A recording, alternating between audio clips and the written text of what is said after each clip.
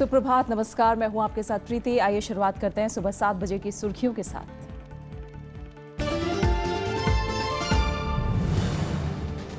नीति आयोग के संचालन परिषद की तीसरी बैठक आज। सभी राज्यों के मुख्यमंत्री होंगे शामिल। जीएसटी समेत 15 वर्षीय विजन डॉक्यूमेंट पर होगी चर्चा।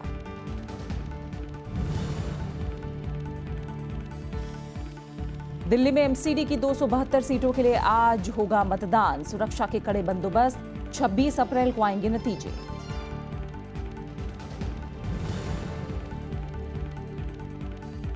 फ्रांस में आज होगी राष्ट्रपति पद के लिए वोटिंग। मरीन ली और इमानुएल के बीच कांटे की टक्कर। 7 मई को पहले दौर के शीर्ष 2 उम्मीदवारों के बीच मुकाबला।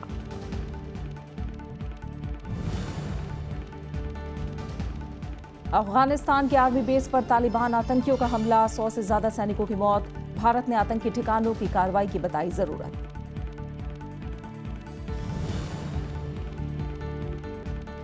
Monte Carlo masters tennis tournament के सेमीफाइनल में रोहन बोपन्ना और पाब्लो क्यूवास की जोड़ी। क्वार्टर फाइनल में फिनलैंड के हेनरी कोंटिनेन और ऑस्ट्रेलिया के जॉन पियर्स को दी मात।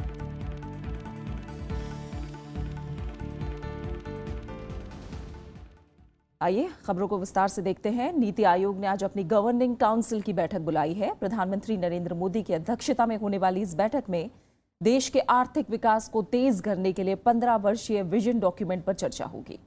बैठक में आयोग के उपाध्यक्ष अरविंद पनगड़िया देश में फौरन बदलाव लाने की योजना पर बात करेंगे। दृष्टि पत्र के मुख्य पहलुओं में 7 साल के रणनीति पत्र और 3 साल की कार्य योजना शामिल है। बैठक में जीएसटी के लागू होने की दिशा में हुई प्रगति पर भी विचार विमर्श किया जाएगा।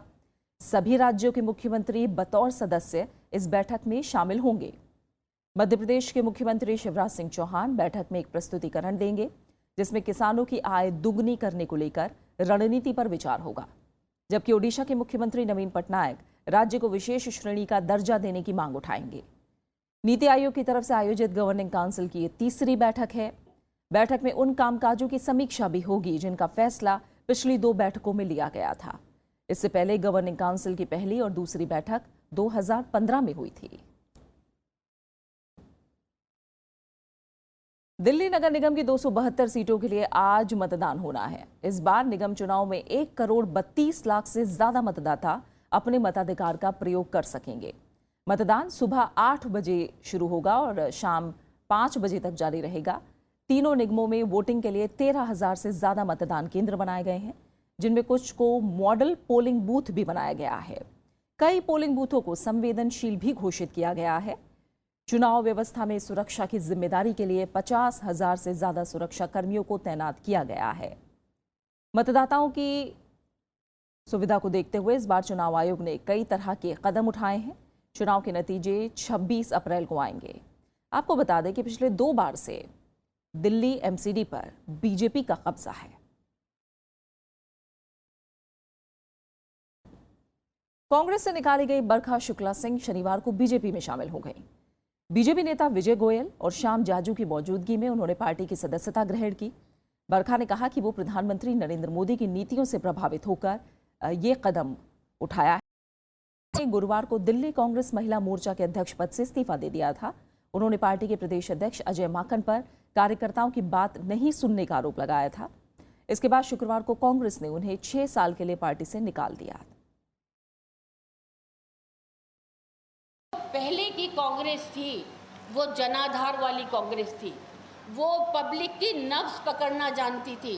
वो लोगों का दुख दर्द सुनना जानती थी। वो जो कांग्रेस पार्टी थी, जो नेता थे वो लोगों का दुख दर्द सुनते थे। आज वो पार्टी में गायब हो गया। कानून मंत्री रविशंकर प्रसाद के मुस्लिम समुदाय को लेकर दिए गए बयान पर विपक्षी पार्टियों ने कड़ी आपत्ति जताई है। वहीं रविशंकर प्रसाद ने सफाई में कहा कि उनकी सरकार विकास के लिए वोट बैंक को पैमाना नहीं मानती। रविशंकर प्रसाद ने शुक्रवार को एक कार्यक्रम में कहा था कि मुस्लिम बीजेपी को वोट नहीं करते, लेकिन उनकी सरकार किसी से भेदभाव नहीं करती। Have we victimized any Muslim gentlemen working in industry or in service? Have we dismissed them? दूरसंचार मंत्री और बीजेपी नेता रविशंकर प्रसाद मुस्लिमों पर बयान को लेकर विपक्ष के निशाने पर आ गए हैं। कांग्रेस और जेडीयू का कहना है कि बीजेपी लोगों को धार्मिक समुदाय के तौर पर देखती है और पार्टी ने स्वीकार कर लिया है कि देश की एक बड़ी आबादी उन्हें वोट नहीं देती। वो और उनकी पार्टी निश्चित रूप से पूरे भारत के नागरिकों को धार्मिक समुदायों के रूप में देखते हैं, परिभाषित करते हैं। सर्वमान्य हो गया इस पार्टी के लिए कि भारत का सबसे बड़ा धार्मिक समुदाय 18% या कुछ मुसलमान उनकी पूरी पार्टी का समर्थन नहीं करते हैं। खुद ही इस दुष्प्रचार का, अपनी ही पार्टी के दुष्प्रचार का खंडन कर दिया कि मुस्लिम वोट देते हैं, थोड़ा भी सही लेकिन उनको देते हैं। लेकिन उनको अपने गिरेबान में झांकना चाहिए कि वो क्यों नहीं देते। सीपीएम, समाजवादी पार्टी और AIMIM ने भी रविशंकर प्रसाद के बयान पर आपत्ति जताई है। उनका कहना है कि कोई मंत्री नहीं बल्कि देश का संविधान सबको समान हक देता है। Muslims are, or Christians or Sikhs or atheists like us, we are all Indian citizens. The sanctity is provided by the Indian Constitution. It is not the charity of any minister. And let them not talk in these terms because it is very unbecoming of being a minister. Honorable Law Minister said that Muslims do not vote for us, but we gave them sanctity. Where is this we? Who are you we? It is a constitution which has given rights to each and every Indian. And as a Muslim, I am the minority of this country and my rights are protected in Article 29 and 30 and also various fundamental rights. सरकार की जिम्मेदारी है सबके काम आए, लेकिन अगर Bharatiya Janata party मुनासिब समझती है तो उसे पूरा हक है और वो ऐसा ही कर रहे हैं। रविशंकर प्रसाद ने मामले को तूल पकड़ता देख ट्वीट कर सफाई दी। उन्होंने कहा कि मोदी सरकार सभी के विकास में यकीन रखती है और भारत की अनेकता में एकता की संस्कृति का सम्मान करती है। वो विकास के लिए वोट बैंक को मापदंड नहीं मानते। शुक्रवार को एक कार्यक्रम में उन्होंने कहा था कि मुसलमान बीजेपी को वोट नहीं देते। इसके बावजूद पार्टी उनका पूरा सम्मान करती है और उनको परेशान नहीं किया गया। Bureau report, Rajya Sabha TV. सरकार विधि आयोग की सिफारिशों पर फिलहाल कोई फैसला नहीं लेगी। एडवोकेट एक्ट में संशोधन का विरोध कर रहे वकीलों को सरकार ने यह भरोसा दिया है। कानून मंत्री रविशंकर प्रसाद ने कहा कि सरकार वकीलों से चर्चा किए बगैर इस मामले में कुछ भी नहीं करेगी। कानून मंत्री की ओर से भरोसा दिए जाने के बाद बार काउंसिल ऑफ इंडिया और दूसरे बार एसोसिएशनों ने विरोध कार्यक्रम वापस ले लिए हैं। विधि आयोग ने एडवोकेट एक्ट में कई संशोधनों की सिफारिश की है, जिसमें वकीलों का लाइसेंस रद्द करने और मुवक्किल को मुआवजा देने तक के प्रावधान प्रस्तावित हैं। AIADM के अम्मा गुट के उप महासचिव TTV दिनाकरण आज भी दिल्ली पुलिस के सामने पेश होंगे। क्राइम ब्रांच ने कल उनसे करीब 7 घंटे तक पूछताछ की। दिनाकरण पर चुनाव आयोग के अधिकारी को पार्टी सिंबल के बदले रिश्वत देने की कोशिश का आरोप है। दिल्ली पुलिस क्राइम ब्रांच ने दिनाकरण के फोन कॉल्स, व्हाट्सएप मैसेज और SMS की भी जांच की है। पूछताछ के दौरान दिनाकरण के वकील को साथ रहने की इजाजत नहीं दी गई। बिचौलिए सुकेश चंद्रशेखर की गिरफ्तारी के बाद से ही पुलिस को दिनाकरण की तलाश थी। इसके बाद दिल्ली पुलिस ने उनके चेन्नई आवास पर सम्मन भेजा था। पुलिस के मुताबिक सुकेश चंद्रशेखर दिनाकरण की तरफ से चुनाव आयोग के अधिकारियों को रिश्वत देने की कोशिश कर रहा था। चंद्रशेखर को 8 दिनों के पुलिस रिमांड में रखने के बाद दिल्ली पुलिस कम से कम 1 दर्जन से ज्यादा लोगों से पूछताछ करना चाहती है। आपको बता दें कि AIADMK में 2 धड़े होने के बाद दिनाकरण 2 पत्ती चुनाव चिन्ह को पाने के लिए ये कोशिश कर रहे थे। तमिलनाडु के मुख्यमंत्री ई पलनीसामी शनिवार को दिल्ली पहुंचे। उनका दौरा ऐसे वक्त में हो रहा है जब AIADMK के दोनों धड़ों में विलय को लेकर बातचीत चल रही है। साथ ही वो तमिलनाडु के किसानों से भी मुलाकात कर सकते हैं। पलनीसामी की प्रधानमंत्री से भी मुलाकात होने की उम्मीद है। सतलुज यमुना लिंक नहर के मुद्दे पर शनिवार को हरियाणा के मुख्यमंत्री मनोहर लाल खट्टर ने प्रधानमंत्री नरेंद्र मोदी से मुलाकात की। मुलाकात के बाद उन्होंने कहा कि केंद्र सरकार से नहर बनाने के लिए जमीन दिलाने में सहयोग की अपील की गई है। साथ ही सुप्रीम कोर्ट में सुनवाई के दौरान हरियाणा का पक्ष लेने की अपील की गई। इससे पहले गुरुवार को दोनों राज्यों के अधिकारियों की नदी विकास और गंगा संरक्षण मंत्रालय के सचिव अमरजीत सिंह के साथ बैठक हुई थी। इसमें दोनों ने अपना अपना पक्ष रखा था। हरियाणा ने जहां अपने हिस्से का पानी दिलाने में सहयोग मांगा, वहीं पंजाब ने इससे इनकार करते हुए नरेंद्र मोदी सरकार पर पंजाब को पारिस्थितिक आपदा से बचाने के लिए SYL मामले में दखल की अपील की है। हरियाणा सरकार की केंद्र सरकार हमारी मदद करे और चूंकि केंद्र सरकार ने एजेंसी तय कर दी है और पंजाब सरकार को एक डायरेक्शन होनी है कि वो उस जमीन को एसवाईएल के बनाने के लिए वो हैंड ओवर करें और ये काम जल्दी शुरू हो। 27 अप्रैल को सुप्रीम कोर्ट का एक प्रकार से तारीख लगी हुई है, तो उस नाते से केंद्र सरकार हमारा सहायता करे। इस नाते से उन्होंने पूरी बात को समझा सुना है। उत्तर प्रदेश में गुंडागर्दी करने वालों को बख्शा नहीं जाएगा। राज्य के नए डीजीपी सुलखान सिंह ने पदभार संभालने के बाद यह ऐलान किया। मुख्यमंत्री योगी आदित्यनाथ ने लखनऊ में नए डीजीपी से मुलाकात की।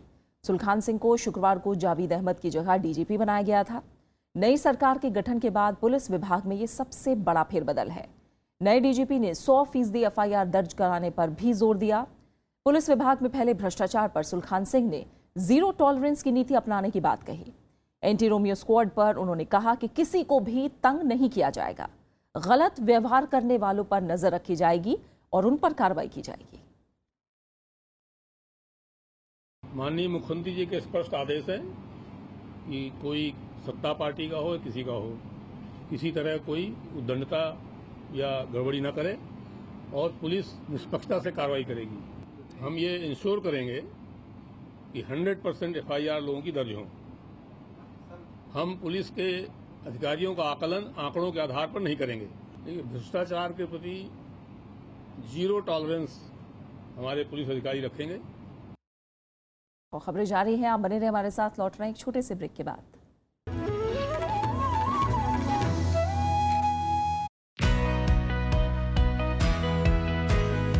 स्पेशल रिपोर्ट के इस अंक में हम हैं मणिपुर में। भारत का उत्तर पूर्व क्यों है अशांत? कैसे हैं लोग? क्या है उनकी पहचान? मणिपुर के लोग बड़े अच्छे हैं, साधारण लोग हैं। हुनर में अव्वल, लेकिन क्यों है उपेक्षित? लड़ने को उद्धत, लेकिन क्या मिलने को भी हैं तैयार? देखिए हमारी खास रिपोर्ट मणिपुर के मिजाज, सिर्फ राज्यसभा टीवी पर। एमसी मैरी कॉम सफलतम भारतीय महिला मुक्केबाज। विश्व चैंपियनशिप में 5 स्वर्ण और 1 रजत। लंदन ओलंपिक्स में कांस्य और एशियन गेम्स में कांस्य पदक विजेता। 5 फीट 2 इंच लंबी मैरी को किया जाता है दुनिया की सफलतम महिला मुक्केबाजों में शुमार। खेलों में वरिष्ठ योगदान के लिए उन्हें मिले हैं पद्म भूषण, अर्जुन अवार्ड और राजीव गांधी खेल रत्न पुरस्कार।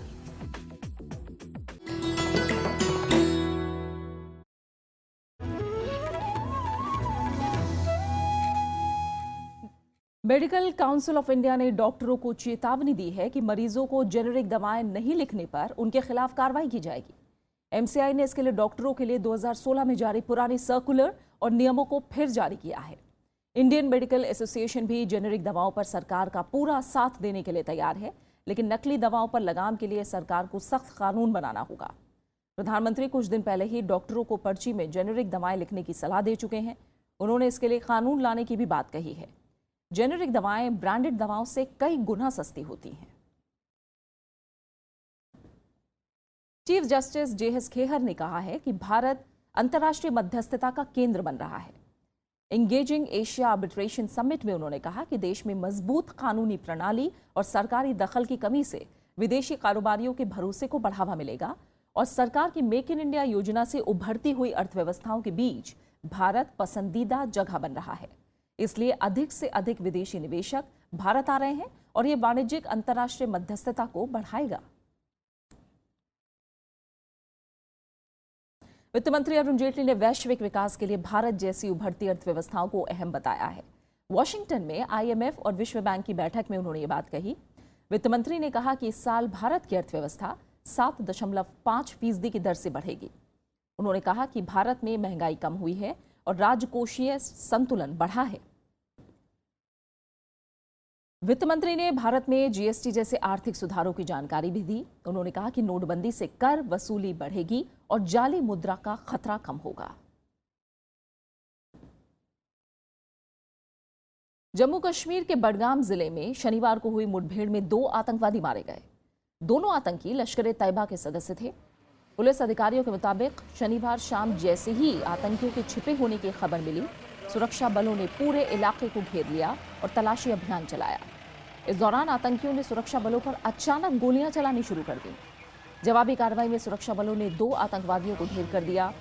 मारे गए आतंकवादियों के पास से पुलिस हथियार और विस्फोटक बरामद हुए हैं। पुलिस को अभी इलाके में कुछ और आतंकियों के छिपे होने का शक है, लिहाजा सेना का तलाशी अभियान जारी है। इससे पहले 28 मार्च को भी बड़गाम जिले के चदूरा इलाके में मुठभेड़ हुई थी, जो करीब 10 घंटे चली थी। एनकाउंटर के दौरान स्थानीय लोगों ने सुरक्षा बलों पर पथराव भी किया था। कश्मीर में शनिवार को लगातार 5वें दिन कॉलेज और विश्वविद्यालय बंद रहे। कश्मीर के डिविजनल कमिश्नर बशीर खान ने शुक्रवार को हुई बैठक के बाद यह आदेश जारी किया था। बशीर खान ने कॉलेजों के प्रिंसिपल के साथ भी बैठक की थी। उन्होंने शांति व्यवस्था बनाए रखने और बाहरी लोगों का प्रवेश रोकने को कहा था। सोमवार को छात्रों ने समूची घाटी में प्रदर्शन किया। छात्र पुलवामा के कॉलेज में छात्रों से कथित मारपीट का विरोध कर रहे थे। इसके बाद से ही कॉलेज में पढ़ाई बंद है। उपराष्ट्रपति मोहम्मद हामिद अंसारी कल से 5 दिन की यात्रा पर आर्मेनिया और पोलैंड जाएंगे। इस दौरान दोनों देशों के साथ आर्थिक संबंधों पर विस्तार से चर्चा होगी। उपराष्ट्रपति 24 अप्रैल को आर्मेनिया की राजधानी येरेवान पहुंचेंगे। आर्मेनिया के राष्ट्रपति, प्रधानमंत्री और विदेश मंत्री से मिलेंगे। इस साल दोनों देशों के रिश्तों के 25 साल पूरे हो रहे हैं। 26 अप्रैल को उपराष्ट्रपति पोलैंड की राजधानी वारसा पहुंचेंगे। वारसा में उपराष्ट्रपति पोलैंड के राष्ट्रपति, प्रधानमंत्री और सीनेट के स्पीकर के साथ वार्ता करेंगे। दोनों देशों के बीच मजबूत आर्थिक संबंध हैं। We do hope that some agreements will be finalized during the visit. In the case of Armenia, we are certainly looking at enhancing greater cultural cooperation and a greater cooperation amongst the youth of our two countries. So that is an area which is under discussion. With Poland, they have been very keen to sell apples to us, and so I think agriculture is an important area. और अब बात मौसम की। मौसम के बदले मिजाज ने उत्तर भारत में लोगों को झुलसती गर्मी से राहत दी है। जम्मू कश्मीर और हिमाचल प्रदेश की पहाड़ियों पर बर्फबारी और दूसरे हिस्सों में बारिश से लोगों को राहत मिली है। तापमान में 5 डिग्री सेल्सियस तक की गिरावट दर्ज की गई। पंजाब, हरियाणा, दिल्ली में धूल भरी आंधी और कई जगहों पर हल्की बारिश से मौसम सुहावना हो गया। मौसम विभाग के मुताबिक मौसम में ये बदलाव पश्चिमी विक्षोभ के चलते आया है और अगले 4 दिनों तक लोगों को गर्मी से राहत मिलने की उम्मीद है। लेकिन झारखंड, उड़ीसा और दक्षिणी राज्यों में लोगों को भीषण गर्मी और लू के थपेड़े झेलने पड़ेंगे। वहीं राजस्थान में गर्मी का कहर जारी है। चुरू में पारा 44 डिग्री दर्ज किया गया। अब आप देश के नक्शे और प्राकृतिक संरचनाओं के मानचित्र सीधे भारतीय सर्वेक्षण विभाग के वेब पोर्टल से डाउनलोड कर सकते हैं। राष्ट्रीय सर्वेक्षण दिवस के मौके पर इस सेवा की शुरुआत की गई। देश का सबसे प्राचीन वैज्ञानिक विभाग और दुनिया के जाने माने सर्वेक्षण विभागों में से एक भारतीय सर्वेक्षण विभाग अपनी स्थापना का शताब्दी दिवस मना रहा है। 1767 में स्थापित की गई भारत की प्रमुख मानचित्रण एजेंसी ने 250 साल पूरे कर लिए हैं। इसकी सफलता को मनाने के लिए राष्ट्रीय सर्वेक्षण दिवस के मौके पर एक कॉन्फ्रेंस का आयोजन किया गया। इस कॉन्फ्रेंस में विभाग की ओर से तैयार किए गए वेब पोर्टल नक्शे को लॉन्च किया गया। इस वेब पोर्टल पर सभी भौगोलिक मानचित्र देश के नागरिकों के लिए उपलब्ध है और वो नक्शे वेब पोर्टल के द्वारा इसे मुफ्त में डाउनलोड भी कर सकते हैं। With this facility, for anybody who wants to use the Survey of India map, they can straight away download it from wherever they are. Just go onto the net, go to the Nakshe portal and download the map you want. मानचित्र को download करने के लिए उपयोगकर्ताओं को आधार card की पहचान की प्रक्रिया से गुजरना होगा। इन मानचित्रों से प्राकृतिक और मानव निर्मित टोपोग्राफिक भौगोलिक संरचना को देख सकते हैं। साथ ही शिक्षा योजनाओं के निर्माण, विकास और वेब आधारित एप्लीकेशंस को बनाने में मदद मिलेगी। Bureau report, Rajya Sabha TV. और अब नजर कुछ अहम अंतर्राष्ट्रीय खबरों पर। अफगानिस्तान रक्षा मंत्रालय ने तालिबानी हमले में 100 से ज्यादा सैनिकों के मारे जाने और घायल होने की पुष्टि की है। हालांकि अब भी कोई सटीक आंकड़ा नहीं दिया गया है। अफगान के राष्ट्रपति अशरफ गनी ने शनिवार को निशाना बनाए गए सैन्य बेस का दौरा किया। उन्होंने शहीद सैनिकों को श्रद्धांजलि दी और राष्ट्रीय शोक दिवस का ऐलान भी किया। राष्ट्रपति गनी ने वरिष्ठ सुरक्षा अधिकारियों के साथ आपात बैठक की और हमले की गंभीर जांच करने की बात कही। अफगानिस्तान के मज़ार शरीफ शहर में शुक्रवार को यह बड़ा आतंकी हमला हुआ था। सेना की वर्दी पहने तालिबानी आतंकियों ने सेना मुख्यालय में घुसकर अंधाधुंध फायरिंग शुरू कर दी। लड़ाई में तालिबान के 10 लड़ाके भी मारे गए। हमला उस वक्त हुआ जब सैनिक जुमे की नमाज पढ़ने के बाद मस्जिद के बाहर निकल रहे थे। इसे अफगानिस्तान के सैन्य कैंप में हुए सबसे बड़े हमलों में माना जा रहा है। प्रधानमंत्री नरेंद्र मोदी ने आतंकी हमले की निंदा की। भारत ने अफगानिस्तान से बाहर आतंकियों के सुरक्षित ठिकानों को खत्म करने पर जोर दिया है। फ्रांस में नए राष्ट्रपति के लिए आज मतदान होना है। फ्रांसवा ओलांद का उत्तराधिकारी चुनने के लिए पहले दौर के वोट डाले जाएंगे और फिर 7 मई को पहले दौर के शीर्ष 2 उम्मीदवारों के बीच अंतिम फैसला होगा। आज होने वाले मतदान पर दुनिया भर की निगाहें टिकी हैं। फ्रांस में राष्ट्रपति फ्रांसवा ओलांद का उत्तराधिकारी चुनने को लेकर लोगों में खासा उत्साह है। चुनाव इसलिए भी अहम है कि इसका नतीजा फ्रांस और यूरोपीय संघ के नए रूप के अलावा यूरोपीय देशों के साथ रिश्तों के उस्ताने पाने पर भी असर डालेगा, जिससे अलग होकर ब्रिटेन नई राह गढ़ रहा है। On a toujours eu que les mêmes politiques ici, hein, droite gauche, et en plus on est sinistré par les migrants. Donc pas de boulot et ça fait des années, et en plus on est sinistré. Donc jusque là, hein. Voilà, c'est irrémédiable. Moi c'est Le Pen. इस बार चुनावी जंग चतुष्कोणीय है। वैसे तो मुख्य मुकाबला धुर दक्षिणपंथी national front की उम्मीदवार मरीन ली पेन और मध्यमार्गी बैंकर इमैनुअल मैक्रोन के बीच है, लेकिन इसमें उदार दक्षिणपंथी फ्रांसवा फियम और धुर वामपंथी जॉन-लुक मेलेनचॉन के शामिल होने से मुकाबला और दिलचस्प हो गया है। हालांकि एलिसी पैलेस यानी राष्ट्रपति भवन की दौड़ में कौन सफल होगा, ये नतीजे ही तय करेंगे। Pour beaucoup de Français, l'immigration massive est une oppression. L'immigration massive n'est pas une chance pour la France. C'est un drame pour la France. Je mènerai une lutte implacable contre l'immigration clandestine. Il y a des lois, les lois doivent être respectées. Il y a des lois qui prévoient l'accueil des personnes qui sont pourchassées pour des raisons politiques. Ça s'appelle le droit d'asile, c'est un droit sacré, il doit être respecté, mais pour qu'il soit respecté, il ne faut pas que le droit d'asile se transforme en une gigantesque fraude à la loi française. France में चुनाव प्रचार के दौरान जो मुद्दा सबसे ज्यादा हावी हो रहा है वो है आतंकवाद। इसके अलावा सार्वजनिक खर्चों में इजाफा करना, राष्ट्रीयकरण और सोवियत संघ की संधियों को खत्म करने और प्रवासियों की समस्या से निपटने का वायदा भी अहम चुनावी मुद्दा है। फ्रांस की पहचान के इस समय 2 चेहरे उभर कर सामने आ रहे हैं। ये देखना दिलचस्प होगा कि राष्ट्रपति चुनाव में फ्रांस अपने लिए किस विचारधारा का चयन करता है। Bureau report, Rajya Sabha TV. खेल की दुनिया से अहम खबर है। भारत के रोहन बोपन्ना और उरुग्वे के उनके जोड़ीदार Pablo Cuevas Monte Carlo masters tennis tournament के सेमीफाइनल में पहुंच गए हैं। उन्होंने पुरुष युगल वर्ग में क्वार्टर फाइनल में फिनलैंड के हेनरी कॉन्टिनेंट और ऑस्ट्रेलिया के जॉन पियर्स की जोड़ी को हराया। इससे पहले प्री क्वार्टर फाइनल में बोपन्ना और पाब्लो की जोड़ी ने दक्षिण अफ्रीका के रॉबिन क्लासन और अमेरिका के राजीव राम की 5वीं वर्गीय जोड़ी को 6-7, 6-4, 10-6 से हराया था। बोपन्ना और पाब्लो की जोड़ी का एक साथ ये 5वां टूर्नामेंट है। और अब बात खास शख्सियत की। मशहूर फिल्मकार सत्यजीत रे की आज पुण्यतिथि है। पूरी दुनिया में उन्होंने भारतीय सिनेमा को एक नई पहचान दिलाई।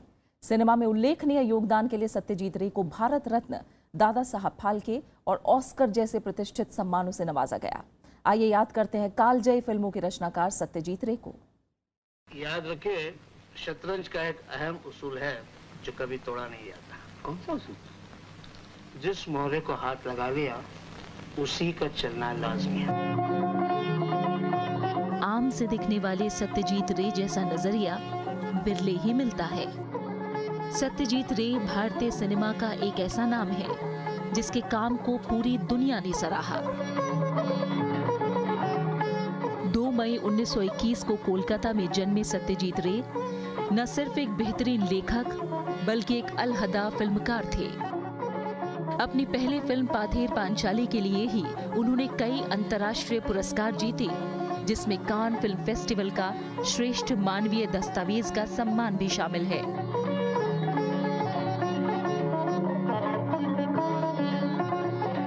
पाथेर पंचाली के लिए पत्नी के जेवर गिरवी रखे, तमाम संघर्ष सहे, लेकिन इस फिल्म की सफलता ने उनके सभी कष्ट दूर कर दिए। इसके बाद अपुर संसार, अपराजितो जैसी फिल्मों में उन्होंने जिस सादगी से ग्रामीण जीवन को दिखाया वो बेमिसाल है। वहीं शतरंज के खिलाड़ी जैसी फिल्मों से अलग ही संदेश दिया। गिरिया कह रही थी खुदा न खास्ता आपके सर में। आपको क्या? और आप उस नामुराद मीर साहब के साथ? बेगम, हमारे दोस्त को क्यों बुरा कह रही हैं आप? सत्यजीत रे के काम के आगे सम्मान भी छोटे पड़ गए। भारत रत्न, दादा साहेब फाल्के पुरस्कार के अलावा उन्हें 1992 में लाइफ टाइम अचीवमेंट का ऑस्कर अवार्ड भी मिला। Who given me this award and who made me so proud. Thank you very, very much. Charlie Chaplin के बाद सत्यजीत रे फिल्मी दुनिया के दूसरे ऐसे व्यक्ति थे जिन्हें ऑक्सफोर्ड विश्वविद्यालय ने डॉक्टरेट की उपाधि से नवाजा था। 70 साल की उम्र में 23 अप्रैल 1992 को दुनिया से रुखसत हुए सत्यजीत रे के साथ फिल्मी दुनिया के एक युग का अंत हो गया। Bureau report, Rajya Sabha TV. Hindi film industry की शुरुआती पार्श्व गायिकाओं में से एक शमशाद बेगम की भी आज पुण्यतिथि है। शमशाद बेगम एक बहुमुखी कलाकार थीं, जिन्होंने हिंदी के अलावा बंगाली, मराठी, गुजराती, तमिल और पंजाबी भाषाओं में तकरीबन 6000 गाने गाए। अपनी अनोखी आवाज़ के जरिए उनके गाए ज़्यादातर गीत हिट हुए। उनकी आवाज़ के दीवाने आज भी शमशाद बेगम के गाए गाने अक्सर सुना करते हैं। शानदार आवाज़ से गीतों को सदाबहार बनाने वाली शमशाद बेगम को 2009 में कला के क्षेत्र में पद्म भूषण से सम्मानित किया गया। कभी पार लगाती है नजर, कभी यार कभी पार लगाती है नजर, सैया घायल की अरे सुने मोरा जिगर। और अब आखिर में हेडलाइंस। नीति आयोग के संचालन परिषद की तीसरी बैठक आज, सभी राज्यों के मुख्यमंत्री होंगे शामिल। जीएसटी समेत 15 वर्षीय विजन डॉक्यूमेंट पर होगी चर्चा। दिल्ली में एमसीडी की 272 सीटों के लिए आज होगा मतदान, सुरक्षा के कड़े बंदोबस्त। 26 अप्रैल को आएंगे नतीजे। फ्रांस में आज होगी राष्ट्रपति पद के लिए वोटिंग। मरीन ली और इमानुएल के बीच कांटे की टक्कर। 7 मई को पहले दौर के शीर्ष 2 उम्मीदवारों के बीच मुकाबला।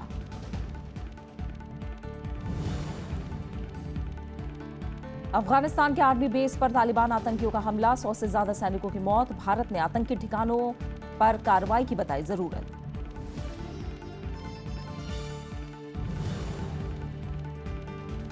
Monte Carlo masters tennis tournament के सेमीफाइनल में रोहन बोपन्ना और पाब्लो क्वास की जोड़ी। क्वार्टर फाइनल में फिनलैंड के हेनरी कॉन्टिनेंट और ऑस्ट्रेलिया के जॉन पियर्स को दी मात।